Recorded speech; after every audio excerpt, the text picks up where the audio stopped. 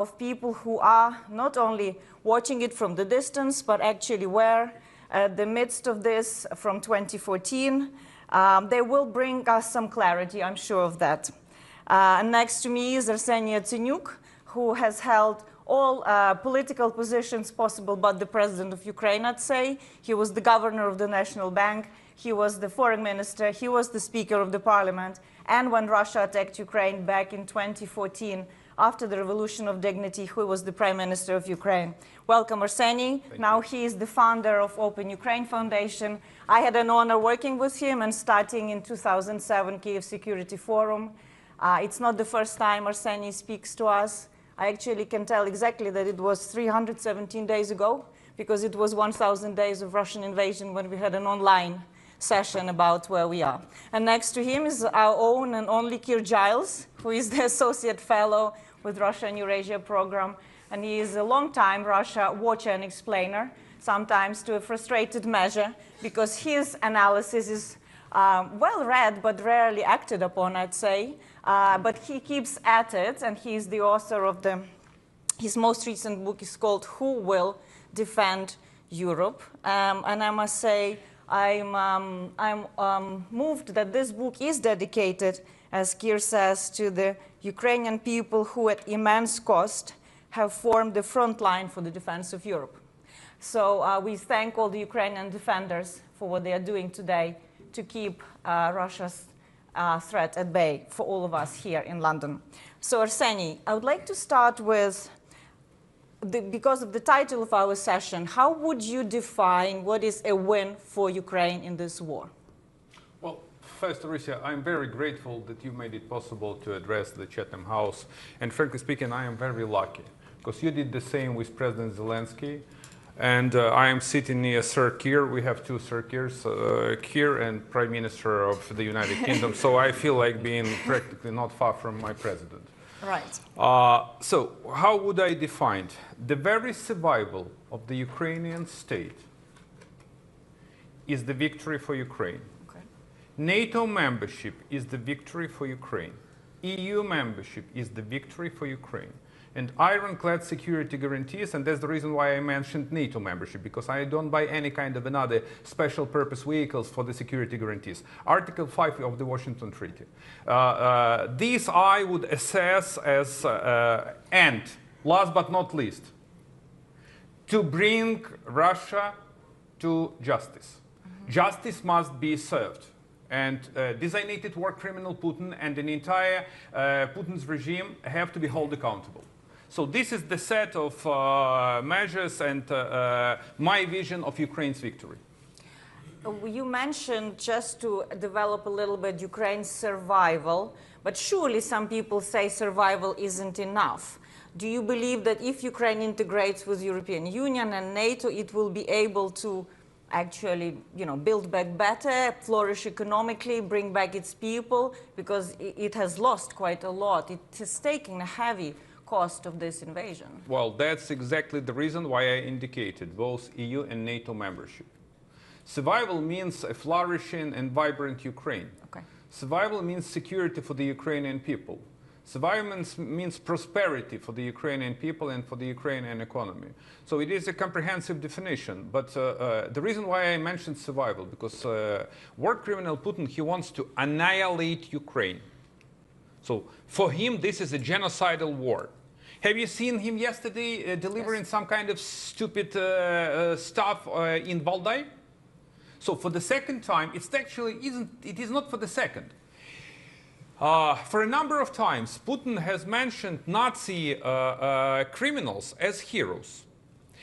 I don't know whether you remember when he said that Goebbels was quite a smart guy. It is in the YouTube.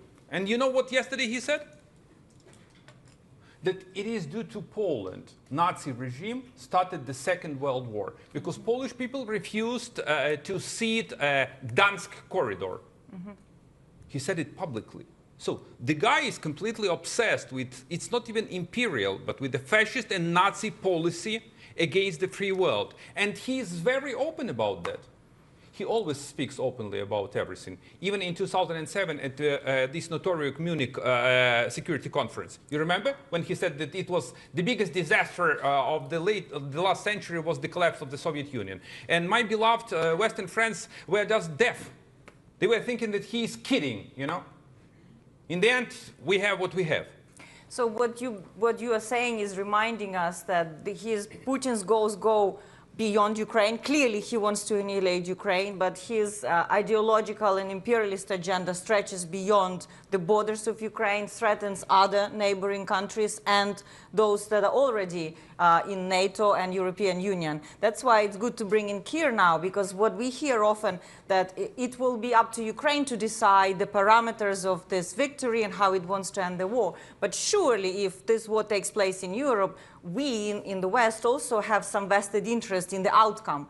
Could you say what kind of outcome you would like to see for Europe in this war that would secure Europe rather than make it more vulnerable? Well, since we're talking about Russia, Ukraine, and Europe, if you'll forgive me a minor digression, it's probably a good time to mention how Chatham House is going to be addressing that problem, because we have a new leader of a combined program bringing together the remnants of the Russia-Eurasia program, including the Forum, and the Europe program into a Europe and Russia program with a new leader. We should welcome Mr. Grégoire Rousse, who has just arrived in this building and will be perfectly placed to treat that question as a priority, because it is the outcome of the war on Ukraine that will define the future of Europe for decades.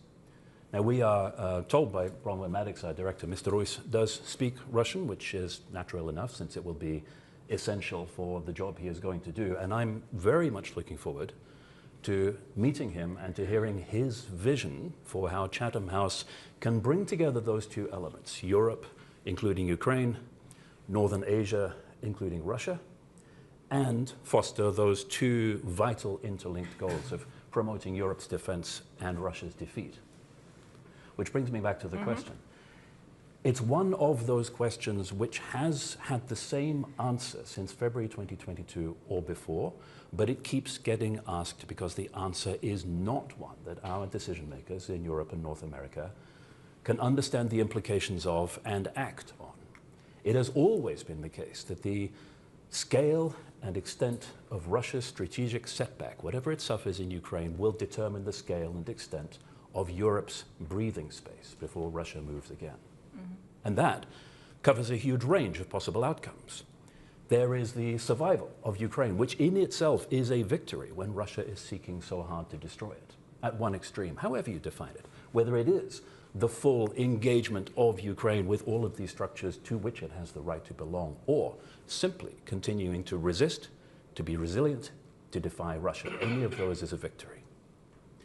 At the other extreme, there are options that are probably by now off the table. Now, a lot of people in this room have heard already the story of how a senior diplomat in London years ago, briefed people from this organization at the end of his tour on what it would take to turn Russia into a country that was no longer intent on invading and destroying its neighbors. He had a policy prescription.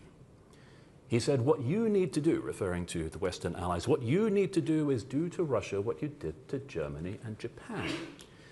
Wage total war on it, bomb it flat, invade it, occupy it for a period not just of decades but of generations, completely rewrite its constitution, overhaul its educational system, re-educate the public, and then, after several generations, you will have a country that can live at peace with its neighbors.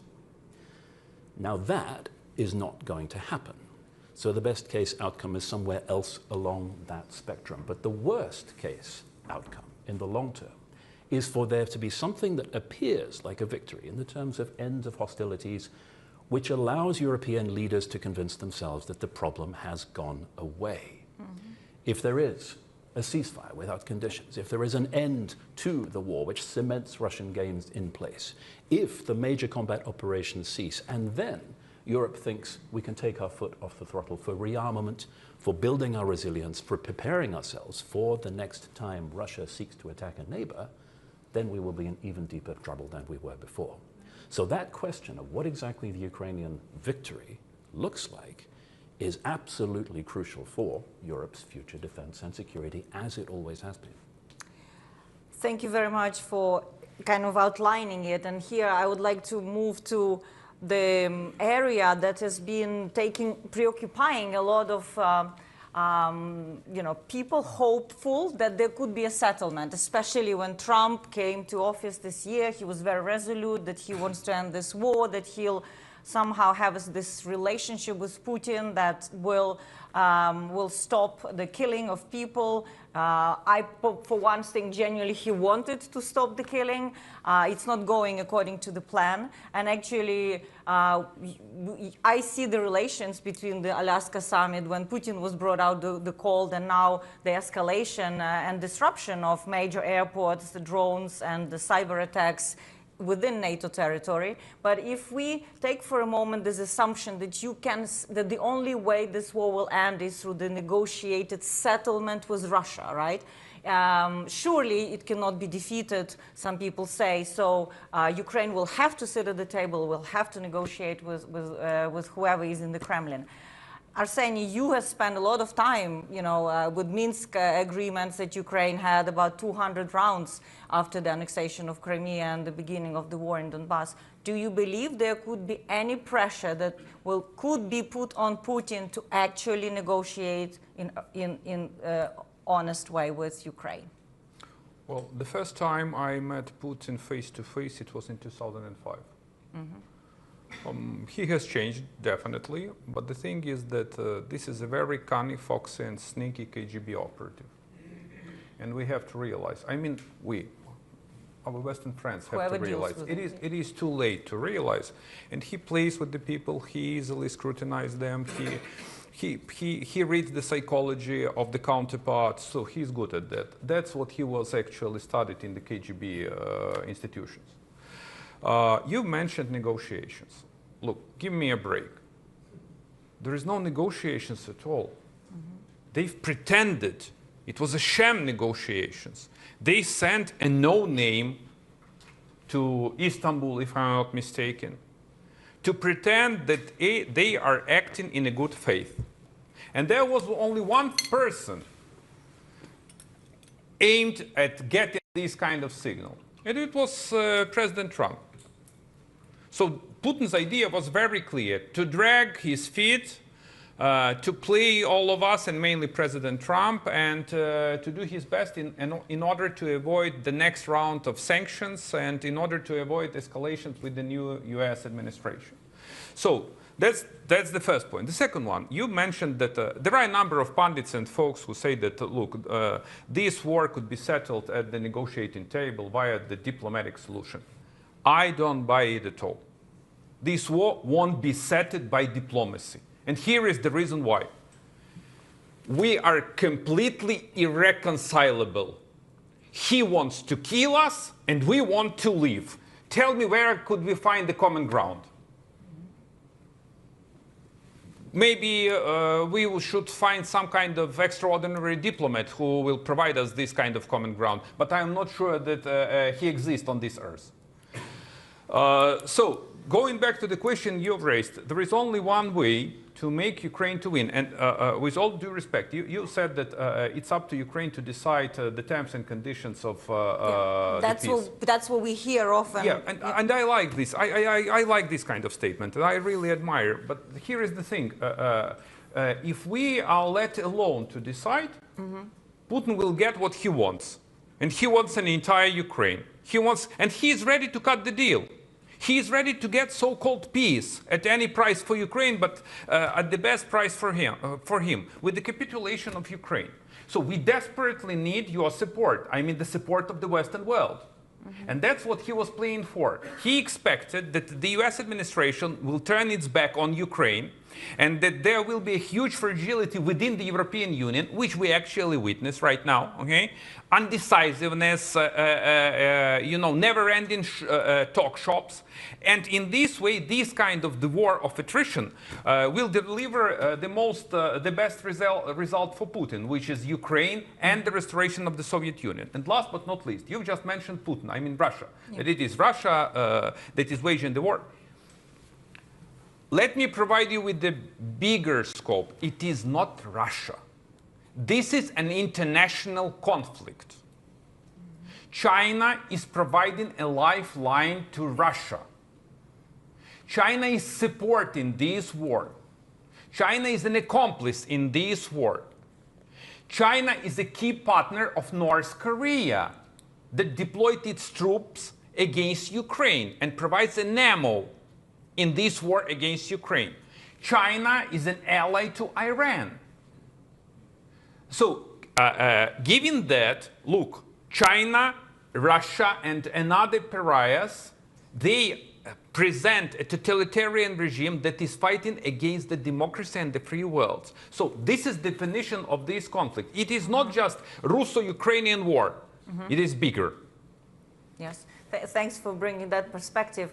And now, if Kira, I ask you the same question, but more building on Arseny's response, how can we change the calculus on Putin in this war through hard power if it's not through negotiations and appealing to the costs that he is already encountering? I remember I was told at the beginning of the war by one of the East European foreign ministers that he thought if Russians would lose 500,000 men in Ukraine, they would end the war. But I said, surely Russians are counting losses more in tanks and in equipment than in men. And we are not inflicting high enough damage to Russia. So what it is that could either deny Russia capability to wage the war or change its calculus? Well, sadly, in spite of all the evidence, the idea that this war can be brought to an end through negotiations refuses to die. I lost count of the number of times I was doing media interviews over a period of extended months asking me to comment on the peace talks, quote unquote, the negotiations. And when I said, what negotiations? They are not happening. There is no point of contact. There is no discussion that is actually going to lead to any kind of outcome that you have in mind. Everybody was terribly confused because the presentation of what Russia was doing was not just for the audience of Trump. It also was very natural for global media to engage in this process and pretend that something was happening. But it was well before the end of 2022 that the then Ukrainian commander, Valery Zaluzhny, identified that the center of gravity for confronting Russia was, in fact, bringing it home to ordinary Russians, that the war was not something that was being waged on their behalf a long way away for exterminating Ukrainians, that we can all cheer and it won't affect us, but would in fact affect Ukrainian society and Russian society. Excuse me, Russian society. And the calculus behind that is that the only way to induce the Russian leadership to end the war is to present a challenge which is a threat to that grip on power of Vladimir Putin. Now, this is something which we see Ukraine developing on a daily basis, bringing home to ordinary Russians that this affects them. For example, by making sure that they cannot buy petrol to fuel their cars. But it's also that is already happening to a degree. Exactly. It's also something which Ukraine's foremost Western backers were trying hard to oppose under the previous US administration, for example, that had reached the conclusion, partly as a result of how Russia was presenting this war, reached the conclusion that it was more dangerous to allow Russia to be defeated than for a neighbor of Russia to be destroyed. And that is still a mental block that it is hard for some backers of Ukraine to overcome. Is it possible to defeat Russia? Of course it is. Will people do it? That's a whole other question. Whether there is the will across Europe to actually recognize what is at stake and take steps accordingly is a whole other question. Now, we know what Russia is concerned about. Let's look at what's been happening in Denmark over the course of this month. Denmark identifies what it is that deters Russia, long-range precision strike to hold at risk things that matter to Russia. Russia has hysterics as a result. Starts the nuclear threats, and then a few days later, drones mysteriously appear over Copenhagen Airport.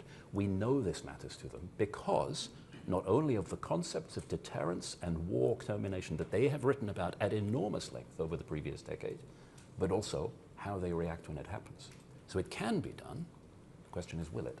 Yeah, and just to bring in the question from James Nixie, the former director of Russia and Eurasia, he says, good morning to all of you, gentlemen and ladies. And the question is a bit hypothetical, and he understands that, you know, it's a speculative alternative history, but what might have been what would our world look like today if Ukraine were provided all the necessary military kit, the Taurus tank-stopping landmines, air protection, possibly the Sky Shield that there has been a discussion a lot. Could we be bringing Ukrainian victory closer?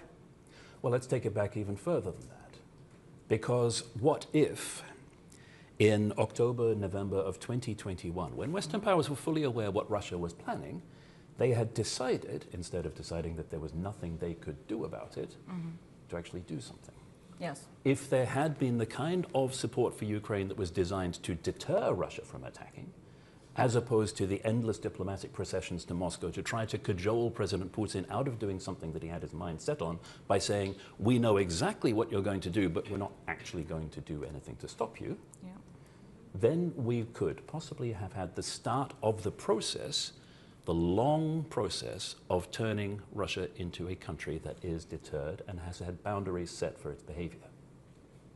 And that is the only way we are, over the long term, going to remove the only hard security threat to the European continent. But instead, that process did not start, and so Russia continues the pattern of its post-colonial wars, bringing it what looks like success on Russian terms. Until that changes, this will never stop, and until Russia itself changes, we are always going to have this problem.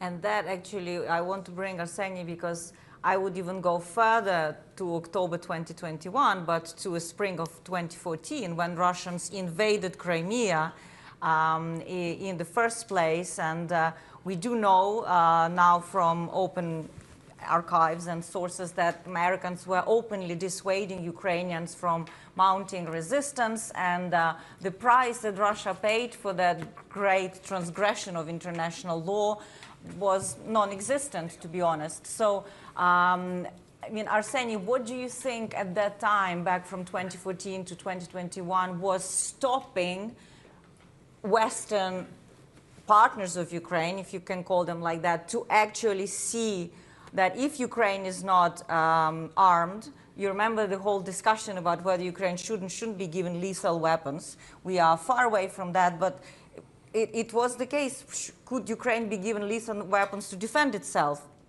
This was a legitimate question all over the media. What did you hear then from Ukraine, from Berlin, from Paris, from London, and how did that lead to where we are today? You know, I admire all these ifs and buts, but here is the thing: we don't have the time machine. So we can draw the lessons out of what has happened a decade ago. Because let me remind you that this war has been going on for 11 years, but not for 3.5 years. Putin illegally invaded Crimea in 2014. And there was no political will on the side of our allies to provide Ukraine either with a lethal weapon or to give a real membership perspective in NATO for Ukraine. I was the Speaker of the House in 2008, and I hosted the then President of the United States in Kiev, who did everything in order to get this map. But in the end, in Bucharest, we were refused to get map for Ukraine. Membership action plan for NATO. Yeah, membership action plan for NATO. It's a kind of entrance to NATO. What happened in the end? Putin invaded Georgia and moved to Crimea and to the east of Ukraine. So let me put it this way. We are well aware this inconsistency and a lack of guts and balls drive us to the situation where we are right now. Right now, we are at an inflection point. The price is skyrocketing if we waste the time and if we drag our feet. So here is the lesson. If the West decides, I mean the West, the US administration, the European Union, and the UK, and I really commend the United Kingdom. Yesterday I met your former Chief of Defense, Admiral Radakin.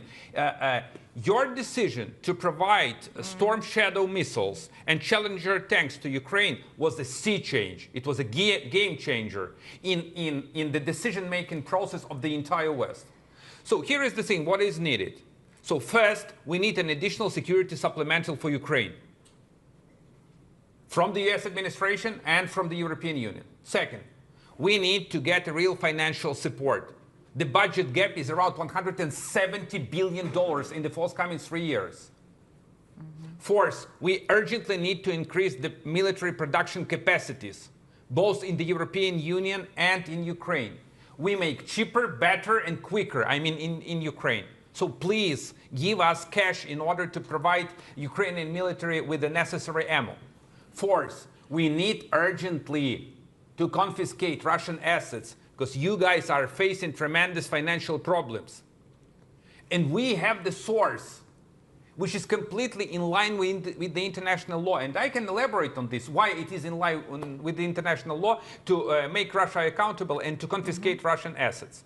And last but not least, China and India, those who support Russia and those who help Russia to circumvent sanctions.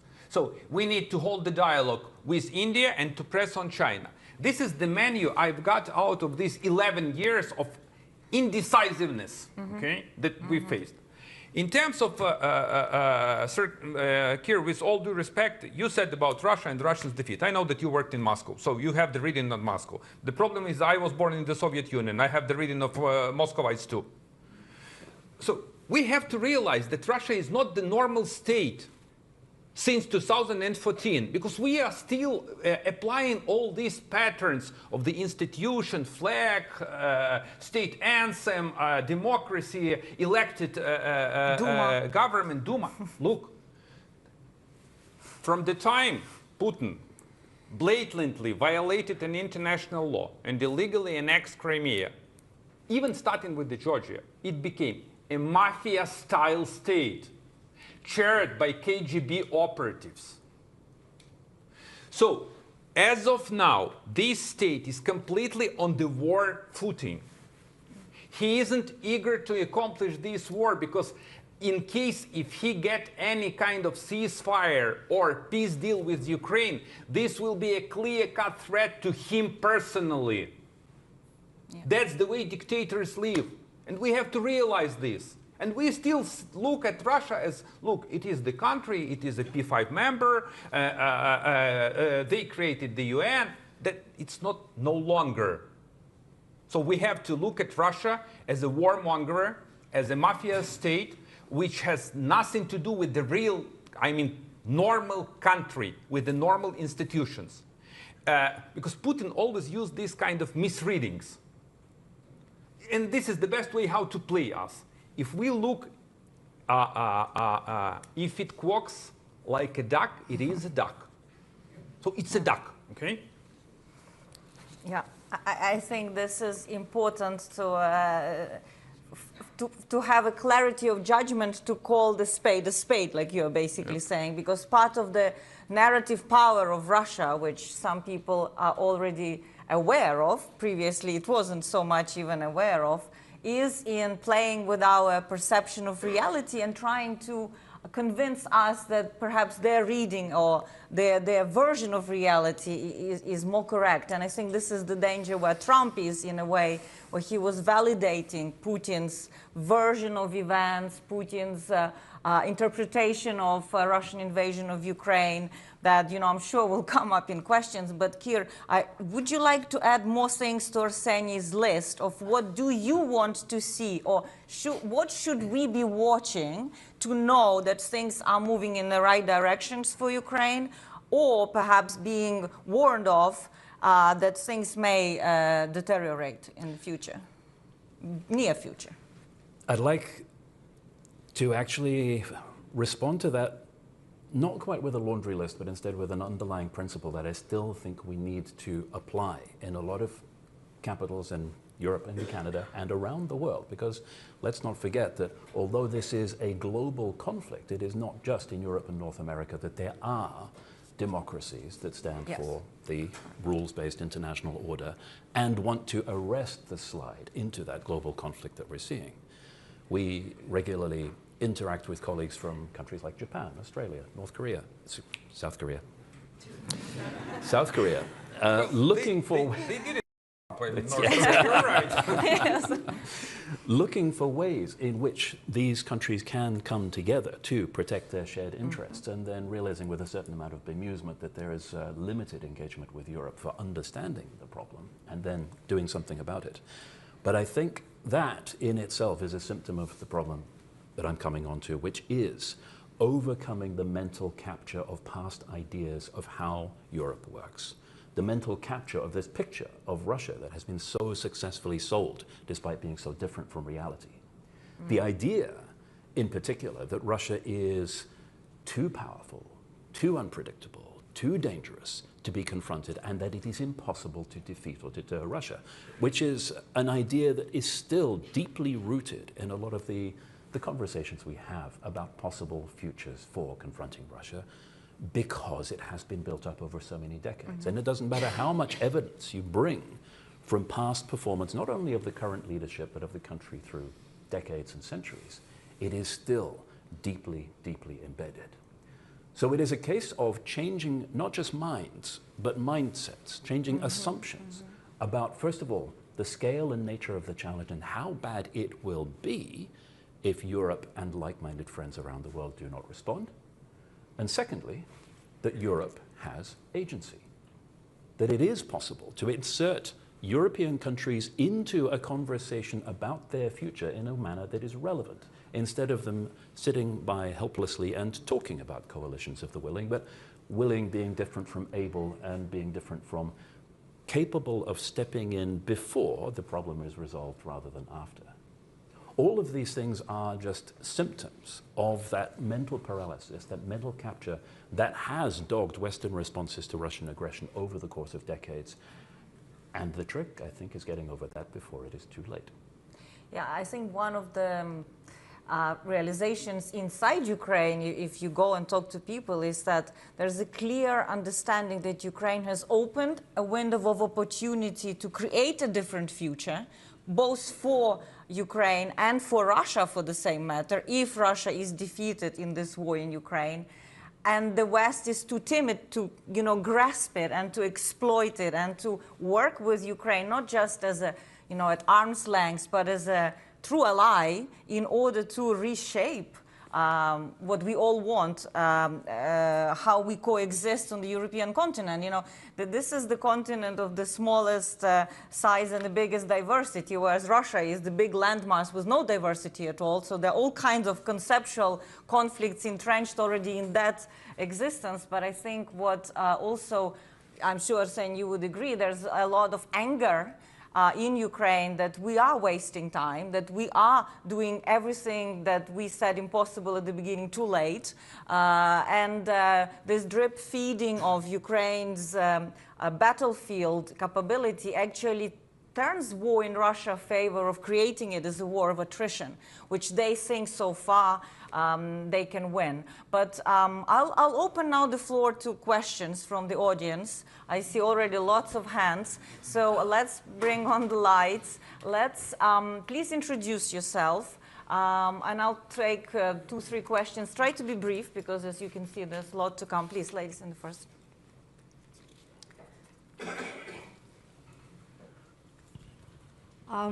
Thea Tutberidze, King's College London, War Studies Department. First of all, thank you so much.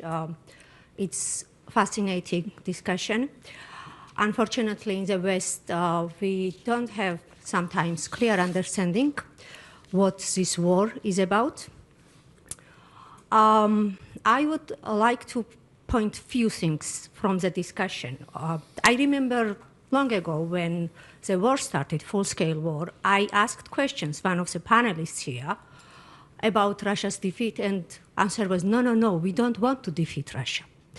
However, history teaches us, without clear defeat, Russia can't be changed. And if we see when it's happened, when Russia more or less tried to democratize and modernize, it was when, for example, in Paris, 1956, we assigned. We can just okay. brief it, because we will. Okay. My point is, I think it's a time now to talk about what actually Ukraine's win means and what actually security means for Europe in long term. Yeah.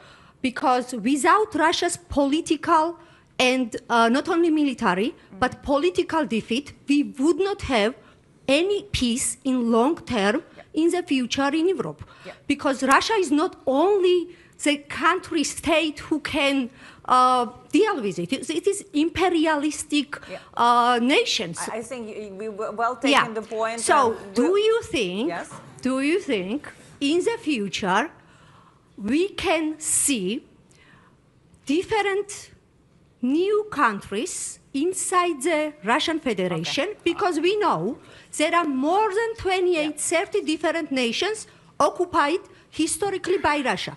Do Okay. you consider Yes. this as a defeat in the future? Very term? good question. Thank you so much. Okay, let's take a bit more. Yeah, here, gentleman in the third row, please, over there.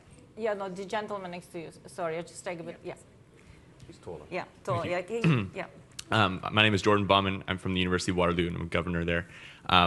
I'd just like to discuss like the nuclear problem. I don't think I've heard much discussion about that. How does that impact this? You talk about Russia being defeatable. The argument I hear, at least back in Canada, what about the nuclear bombs? Yeah. Okay. Yeah, very good. Wait, and here, the ladies in the first row, please.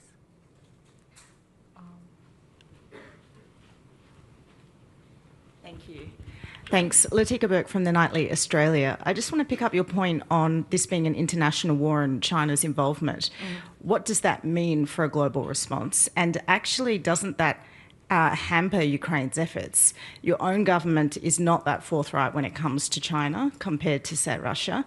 And actually, the involvement of China in this means other countries who may understand the threat of Russia are more reluctant to get involved if it means China, given their own trading relationships. Thank you. Okay. Well, excellent. The big diversity of questions. So what may happen inside Russia with the de-imperialization of its own proper territory, nuclear, whether it stands on the way, and China? Maybe we'll start with, I don't know, Kir? Sure.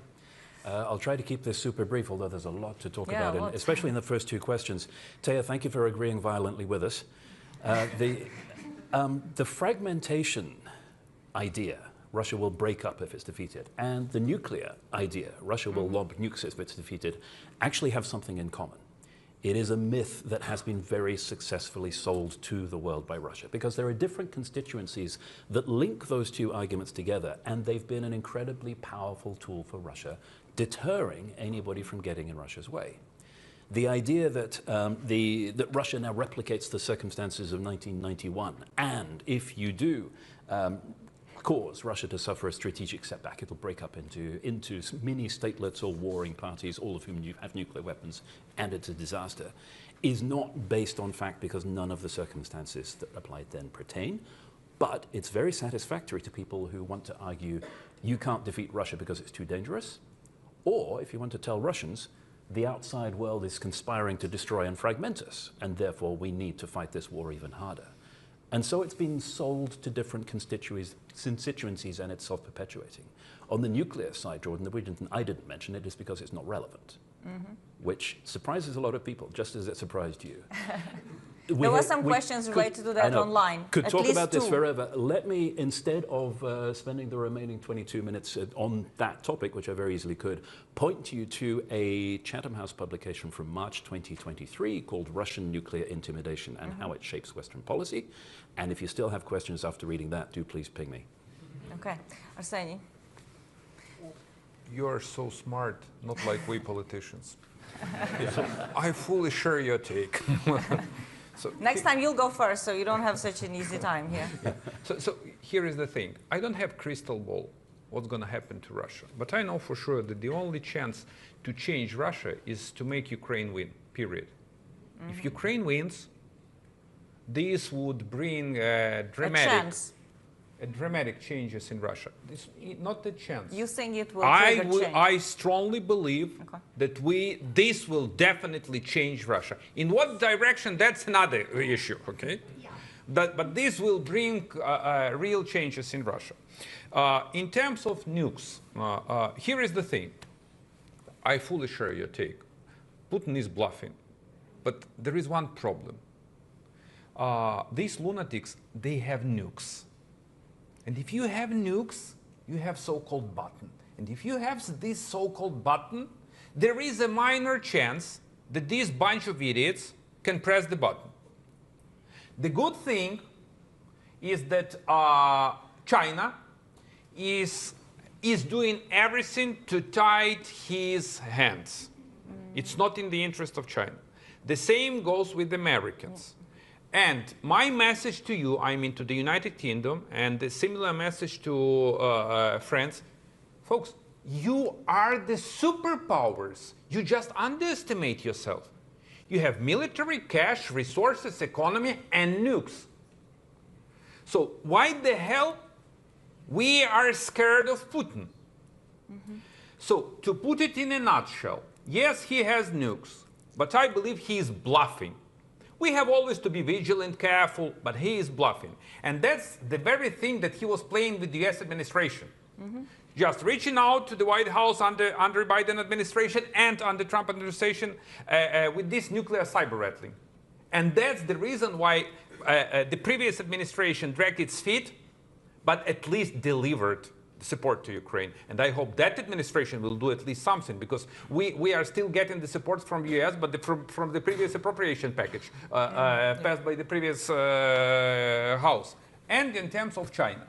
Look, I am not an expert in China. I never comment on the stuff I don't understand. But what I do really understand is that China wants to create a new global order. And it is so obvious for me. It is as plain as the day. Look, they have 1.4 billion people. They have nukes, they have army, they have cash. They've been humiliated by the Western-led order, but in the last 2 decades, they made a tremendous progress due to this Western-led order. So that's the reason why I don't buy these kind of statements, negative statements about the Western-led order. So the thing is that, can we as Ukraine handle China's issue? No, we can't. We don't have leverage. But can the EU and the US make it? Absolutely. If you guys present one united front, and if you either negotiate or press on China together, you have a vast majority of different tools. Yeah, I'll take a few questions from here. Ben and then Dom. Yeah. Thanks very much, Arissa. Ben Hall from the Financial Times. A lot of the discussion so far has been on what the West and Ukraine's allies need to do to make the war winnable. But I have a question for Mr. Yatsenyuk. What does Ukraine need to do, and particularly on the issue of military leadership, political leadership, to make the war winnable? Thanks. Thank you. And here, I'll give it to Dom. And then over there, please, in the front row. Yeah. Thank you. Dominic Nichols from The Telegraph. Donald Trump can't stand President Zelensky partly because he didn't come up with or invent some dirt on Hunter Biden. How much of an impediment is President Zelensky now to a better relationship with Donald Trump? And here, the last. From a private member of Chatham House. You correctly said that Putin is never hiding his plans. He's very open about his plans. He says he will do it, he does it. What about his plans of this incursion in Europe? Cyber attacks, drones. What's his ultimate objective of this plan? What is his plan? What does he want? And how far can the West wait before responding? And what respond would mean without triggering the Third World War? Yeah. Okay, very good. So we'll start with Ukraine domestic. Very good question. If Ukraine has an agency, it is fighting. It has also a to-do list. What is it inside Ukraine? This time, could you No, this you start. No. He's doing better. Okay, here is the thing. I do understand what are you asking about. You're asking about the domestic political cuisine in Ukraine. Am I right, folks? Or Mobilization. Correct. So economy. Let me put it this way. I will start with my president. Okay, we are frenemies with my president. But I support him as he is the commander-in-chief. And we have to rally around the flag. Ukraine's democracy is not flawless. Far from that. The same goes with the British democracy. And we are under the martial law. And I've got the latest polls just before my trip, I asked Razumkov Center to conduct these polls. Could you imagine that the majority of Ukrainians still believe that Ukraine is a vibrant democracy?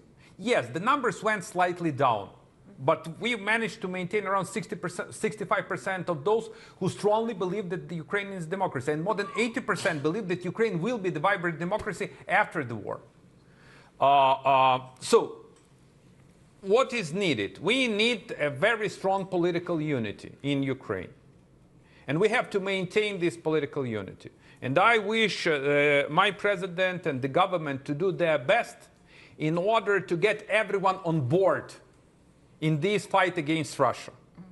So we are not allowed to have any kind of fissures or being at loggerheads inside Ukraine. This is the very thing that Russians were always playing with. And I do remember this in 2014, 15, and 16. And this was one of the reasons why, for the first time in Ukraine's history, I was the first prime minister who resigned voluntarily. One can say that I'm an idiot, okay, maybe. but for the sake of the country. So it is important to maintain this kind of political stability. The second one, it's about the morale of Ukrainian people. Once again, under the latest polls, 74% of Ukrainians still believe in an unconditional military victory over Russia. You know, unconditional military victory over Russia. So this gives me some kind of very positive sentiment about an overall morale, both among Ukrainians and in the Ukrainian military. But I want to be open with you and fair. We are tired, sir, and we are exhausted. We are not broken, but that's not an easy thing. Being at the state of war for 11 years and being under never-ending barrages of missiles for 3.5 years. And it affects even psyche, you know. The third issue, what is needed? We need we need to underpin Ukraine's economy. We can't do it without you. Just no way. Ukraine is to spend around 60% of its budget for the military expenditures for the next year. And this year, we expect around 50%. 50% of everything we are spending in Ukraine goes from the either grants or loans from our Western partners. So political and social stability are needed. And good governance, okay, which is very important. Strong and good governance. Professionals running the country. We need to have guts and to stay resilient and to be on a very high, I would say, on the strong side of the real morale. Because if we are getting into any kind of gloomy sentiments, this is another way how to defeat Ukraine. And that's Putin knows very well as a KGB operative. Zelensky and Trump. You are well aware about this dressing down in the White House. Okay? I don't want to go back to what has happened. I wish it would never happen. And frankly, I don't want to comment who is to blame. Okay? But the thing is that my president did everything to get along with President Trump. And your prime minister, your advisor to your prime minister, president of France, they participated in this kind of peacekeeping operation. Mm-hmm. Mediation. It sounds better, mediation. Okay? There was an open war.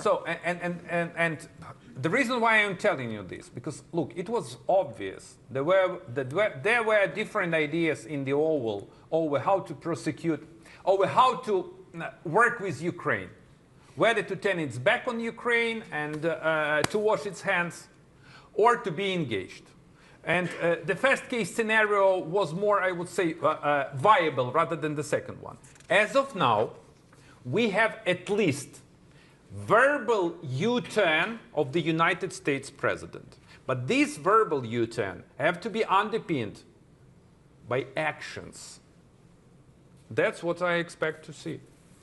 And incursion in the EU. Yeah, maybe we'll give Keir the chance No, to... I have to... No, Okay. with all due respect.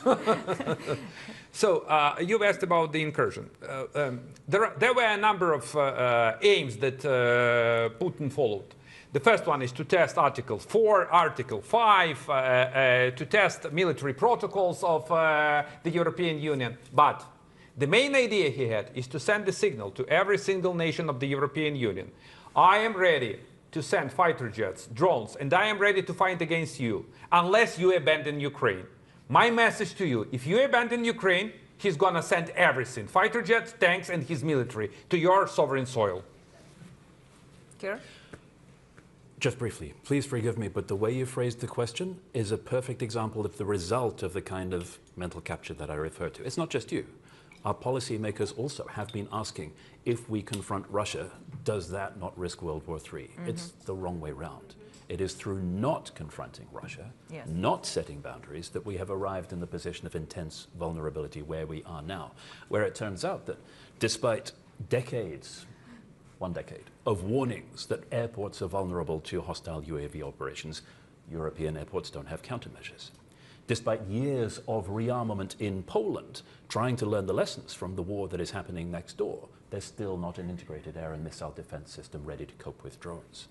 Despite the cyber attacks, the arson, the sabotage across Europe that has been going on, not since the start of the war, but for much longer, for decades, there's no response from European capitals that actually appears to make a difference, except in very single isolated circumstances.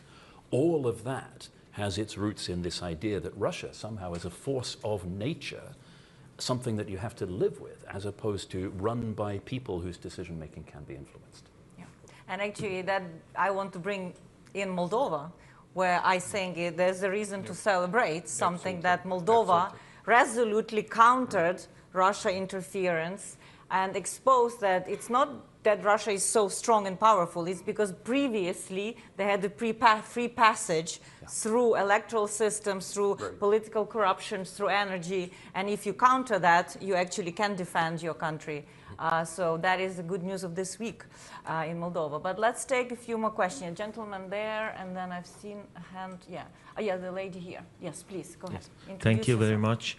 My name is Human. I'm a PhD researcher on financial crime with focus on Russia, China, and Iran. There are indications that some European and post-Soviet states continue to provide financial channels enabling Russia to evade sanctions. How should Ukraine and its real partners respond to what many see as hypocrisy with the international coalition? And I want to say Slava Ukraine. Thank you. Thank you. Okay, very good. Thank you. The lady here. Yeah, in the second row, please. Yeah, I'm sorry. I cannot take all questions. It's good to see such a good interest. Thank you. Hi, my name is Asia Bakum. I am a former BBC journalist and also with Global Diplomatic Forum. I have a question about specifically Trump was overheard saying that Putin wanted to make a deal with him. Can you just elaborate a little bit on what that deal is? But also, do you all believe that Trump is going about trade and tariffs the right way because he's taking power from China and repositioning the U.S. so that it's not maybe even influencing other countries to not trade with China the same way and not be afraid of their military power?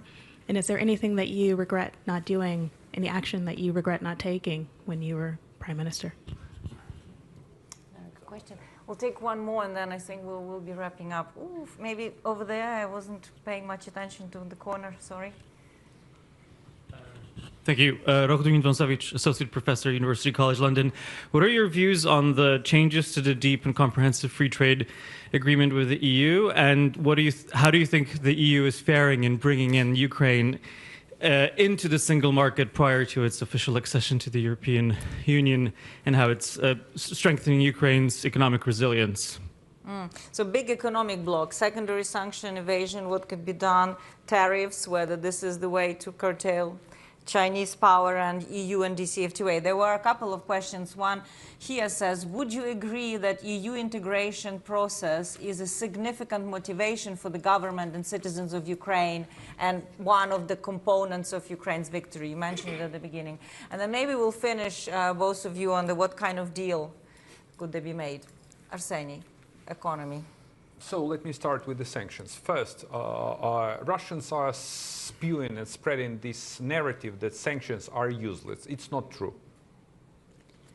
One expected that as sanctions is to be imposed, Russia's economy will collapse. It's an exaggeration. Look at North Korea, Iran, even Cuba. But the thing is that in the long run, Russia right now is paying the price and will pay the price. But the thing is, the biggest, I would say, problem that we are facing right now is that Russia still has an ability to finance its war chest with the hydrocarbons. Look at the numbers. In the last 5 years, Russia's budget revenues from the hydrocarbons are practically flat. It's around $130 billion per year. This is the same amount of cash Russia spends for the war against Ukraine. Yeah. And the reason is very clear, that all these sanctions that have been imposed on the Russian oil and different types of ceilings, they are not efficient. What has been effective? That Russia has been deprived of the primary market of hydrocarbons in the European Union. It is really effective. So what needs to be done? Look, we can do it. We can just sanction all Russian refineries, all those refineries and all the companies that purchased Russian oil. And there is an ability, we have even technical ability to do it via the American banks and European banks. The idea that President Trump launched against, not an idea, an action that President Trump took against India is not the best one. I believe that it's better to cooperate with India and to incentivize them to buy US oil rather than the Russian one. And Americans have a lot of leverage over this. So in terms of sanction and what is needed, we need actually to double check what's really effective and what isn't. So we need a joint body in the European Union and in the United States. And there is no this kind of body, experts and analytical folks who are able to figure out whether it is effective or no, because as of now, Russia is the most sanctioned state in the world. Russia's economy is nosediving, okay? It is nosediving. But they still have resources to prosecute the war. I want to be very clear about that. In terms of Putin's Trump deal, the question you raised about President Trump, look, I will not comment on my beloved President Trump as I am heading to DC. Yes. Are you having a meeting with him? Not sure. But it seems that there was a kind of misreading of President Trump of Putin. So he expected that he can easily cut the deal with Putin, just to chat, to talk, and to convince him. That's not the way it works. It is not a trade deal. Putin is not prosecuting any kind of economic war. This is the mission of his life, because Putin lost Ukraine a number of times. In 2004, they lost Ukraine in 1991, when Ukraine declared an independence. Then they lost Ukraine in 2004, when Putin 3 or 4 times, 2 or 3 times, congratulated the pro-Russian president Yanukovych. But in the end, he failed, okay? They lost Ukraine in 2014, and they lost Ukraine in 2022. Yeah. So it is a personal trauma for Putin. I mean, Ukraine is a personal trauma. And he's very vengeful as a person. Yeah. He's not a good guy. Yeah. No. So you know, and the thing is that Trump really wanted to get some kind of concessions and to cut the peace deal and to get the Nobel Prize in Anchorage. But what he got instead, Putin played him. Putin actually tried to humiliate him. And that's what was happening. So I hope, fingers crossed, that my beloved President Trump has realized this. And we expect to get some kind of real actions from the White House. Then you asked me about what kind of not doing. Regrets? Not doing. Not doing. That I didn't run for president. That's true. Putin After the Revolution of Dignity? Yeah. But Putin, in general terms, look, I had a lot of flaws. Okay, a lot. But on the other hand, well, we did what we can, and I've done what we can. I decreased the budget deficit from 10% to 3%. Okay, could you imagine in the times of war? The same goes. What was the amount of currency Ukraine had after the Revolution of Dignity? It is funny. So I like the kind of job that I got. In the state coffers, when I was sworn in as a prime minister, you know how much cash I had in the state coffers? 10,000 euros. It is an official data. You can check it in the internet. So we've done a lot, but I had to do more. Maybe in the next life or in the next term somewhere, I will try to fix the flaws that I had. And you can bring Ukraine into European Union. Well, it's a hard toil, yeah. And answering your question on DCFTA and the EU, so as we are out of as we are pressed for time, here is the thing: we urgently. It was a milestone when we signed DCFTA and visa-free regime with the European Union. This was about our choice to join back, and I want to reiterate, to join back our European family. But what is needed right now? We urgently need to open negotiations on an EU accession. And Trojan horse, Mr. Orban, is a key impediment. He's a close ally of Putin, and I can't figure out what the hell he is doing in the European Union. He has to move to Moscow. Yeah, maybe joining Eurasian Union. Kier, would you like? Still have time? Yeah, we can just for you to wrap up on the deal, because I think that's something people are expecting or falsely expecting. Well, sadly, it doesn't matter. Yeah. It doesn't matter what kind of deal Trump may have been flattered by thinking he was going to get by Putin, because it was a symptom of what was happening. And what was happening was interaction between an individual who is extremely good at manipulating people, backed up by an entire state apparatus that puts immense emphasis and resources into manipulating people, with an individual who gives every impression of being as easy to manipulate as a 5-year-old. So the problem was the mindset within which this was approached, and the result, of course, is that Russia runs rings around the current administration, even if it is not in ideological sympathy with Putin's vision for Europe. Still, it is disinclined to oppose it. But, of course, there are opportunities and advantages there, and we've seen from the behaviors of this administration how it can be turned to European advantage. If we see that Qatar, for example, can get a unilateral guarantee of security from the United States simply by giving a second-hand aeroplane to the president, there is a proposal, one of the best proposals that I've seen for ensuring that US forces continue to be allocated to the defense of Europe, specifically air defense. And I would really like to know who came up with this idea in the first place, but it's a beautiful one. Build a Trump Tower in every single European capital, It will be defended and by then US the Air future Force. security of Europe will matter to the United States. Here you go. I think that...